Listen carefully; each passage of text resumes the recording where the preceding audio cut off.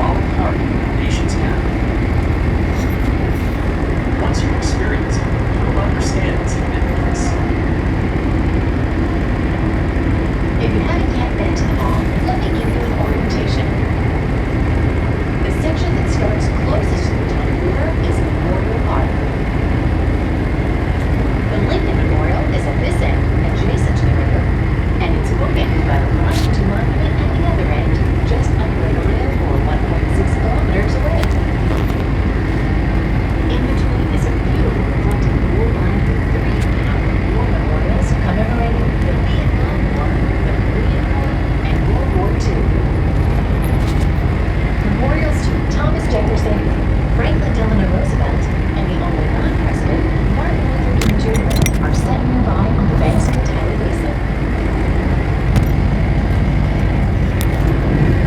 Behind the Washington Monument is what you'll find a collection of museums that constitutes the Smithsonian Institution, which makes the area not just the capital of power, but the capital of culture as well. Then, finally, at the far end of the mall is the U.S. Capitol. In these ceremonial spaces, history, culture, and nature come together. People come together here too. There's no more prominent place than the National Mall to march for justice, civil rights, and human rights. How do you get to the White House? Well, you could run for office. But if you simply want to have a look, it's just north of the Washington Monument.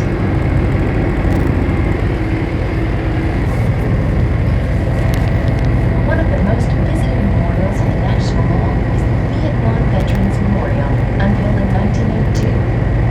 The main section is the Memorial Wall, designed by a 21-year-old Yale University student named Lionel Lim. The black granite wall contains names of all those who died in the war forever lived in the secret. 58,318 individuals. Their friends and loved ones come here and take records of their names. They often leave something too. Letters, souvenirs, books, jewelry.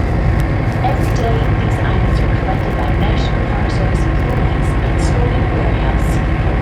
It's terribly rare.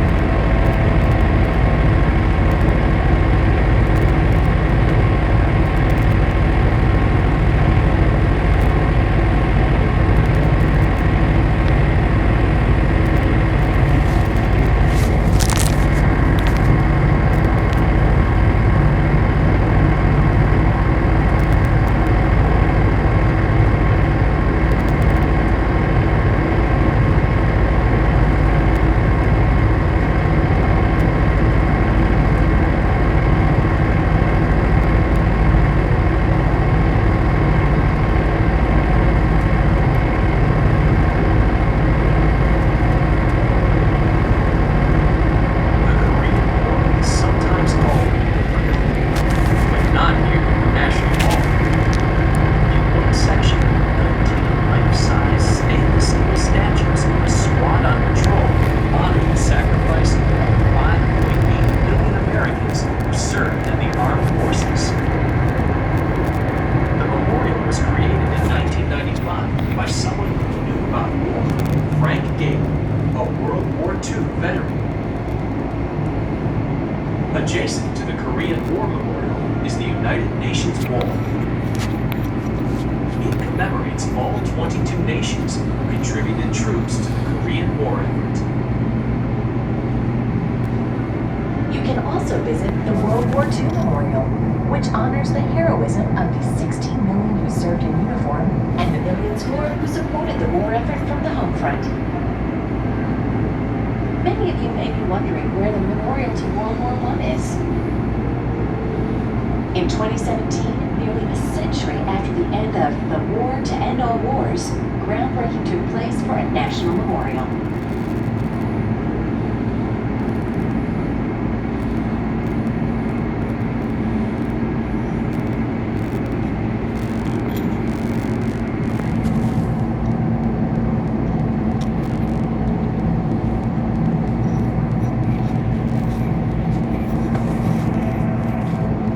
Located between the Arlington Memorial Bridge and the Theodore Roosevelt Bridge are the impressive Watergate steps, which lead up to the magnificent Lincoln Memorial. There's nothing scandalous about these Watergate steps. They were originally envisioned as a dramatic entrance into the city for VIPs arriving by boat. The Lincoln Memorial is fashioned after an ancient Greek temple and surrounded by 36 Doric columns, one for each state of the Union at the time of Abraham Lincoln's death.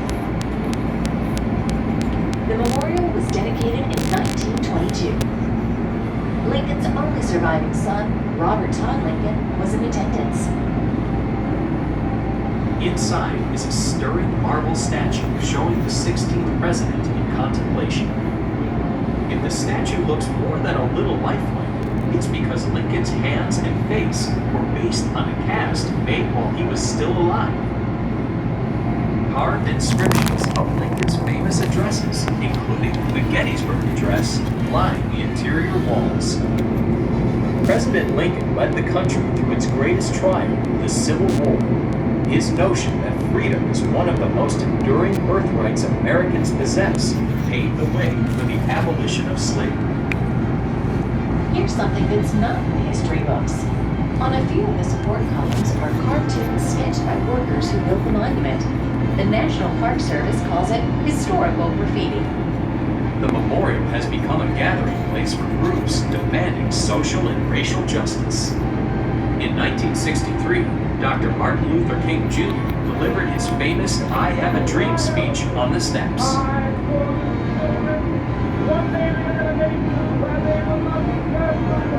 In 2011, Dr. King got a memorial of his own. It's no accident it's located within view of the Lincoln Memorial.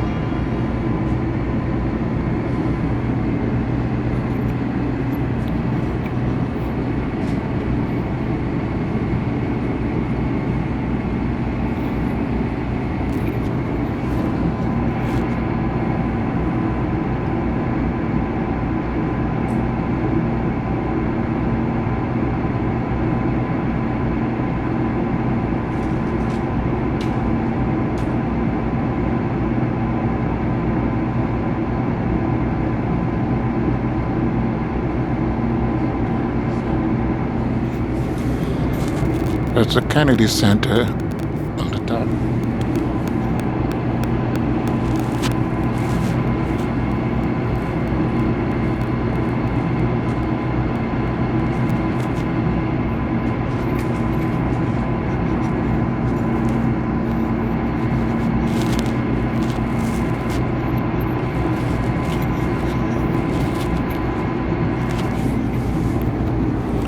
Oh yeah, that's the Kennedy Center here.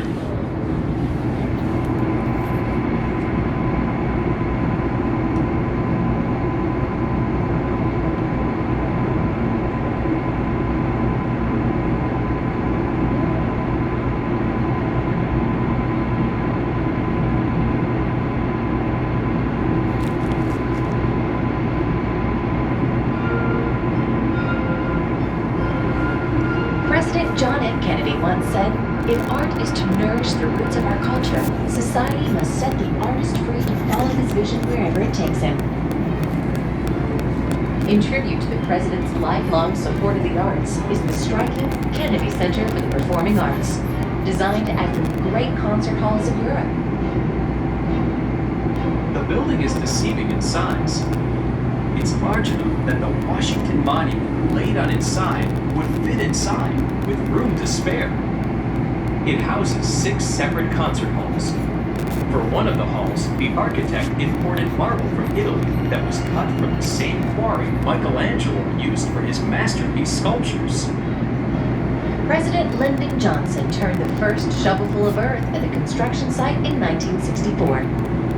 It was no ordinary shovel, but the same gold-plated shovel used in groundbreaking ceremonies for the Lincoln and Jefferson memorials. The Kennedy Center opened in 1971, and at the request of former First Lady Jackie Kennedy, Leonard Bernstein wrote and performed a requiem mass honoring the late president. It is a very busy place. This cultural hub hosts about 3,000 events a year. It's home to the National Symphony Orchestra and the Washington National Opera. With its latest expansions, this venue for the performing arts has added a destination for living theater. Visitors can now immerse themselves This is in the creative Watergate process building. in a variety of indoor and outdoor spaces.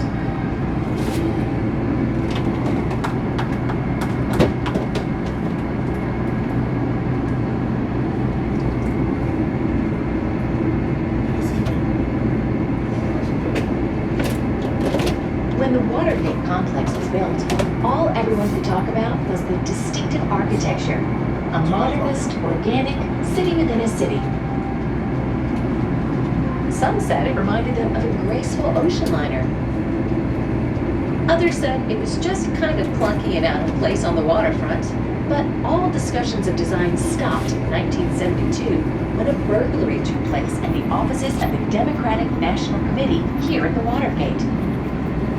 The investigation led straight to the highest office of power, the President of the United States. President Richard Nixon had ordered the break-in and participated in the cover-up. He resigned in disgrace in 1974.